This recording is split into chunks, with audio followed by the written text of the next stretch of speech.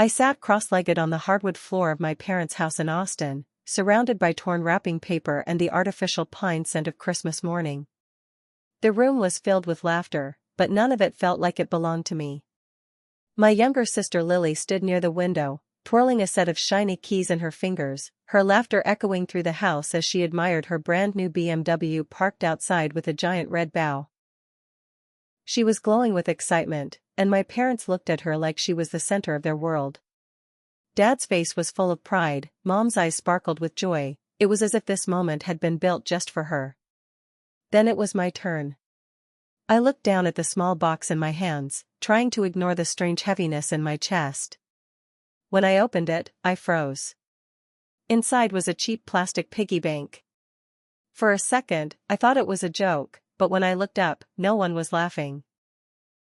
"Open it," Mom said softly, as if this was something meaningful.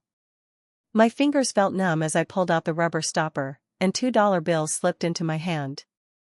Dad smiled casually and said, "It's the start of your future savings. You're the responsible one." Lily laughed lightly and added, "Don't worry, I'll drive you around when your old car finally gives up." In that moment, something inside me broke, but not loudly.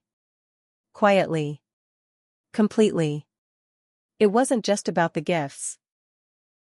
It was every birthday where she got everything and I got what was practical, every achievement of mine that went unnoticed while hers were celebrated like milestones, every time I was told I didn't need as much because I was strong and independent.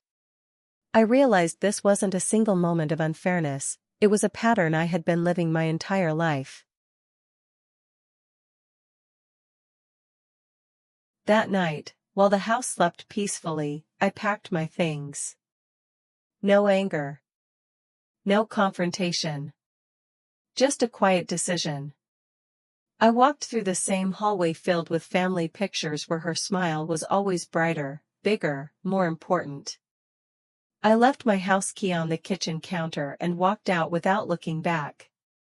At 3 a.m., I got into my car and drove away, not knowing exactly where I was going, only that I couldn't stay where I felt invisible.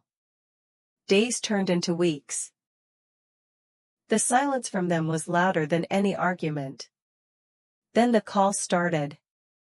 Missed calls. Messages. And finally, a voicemail from Dad. His voice wasn't worried, it was cold. "Come back now, or we'll report your car stolen."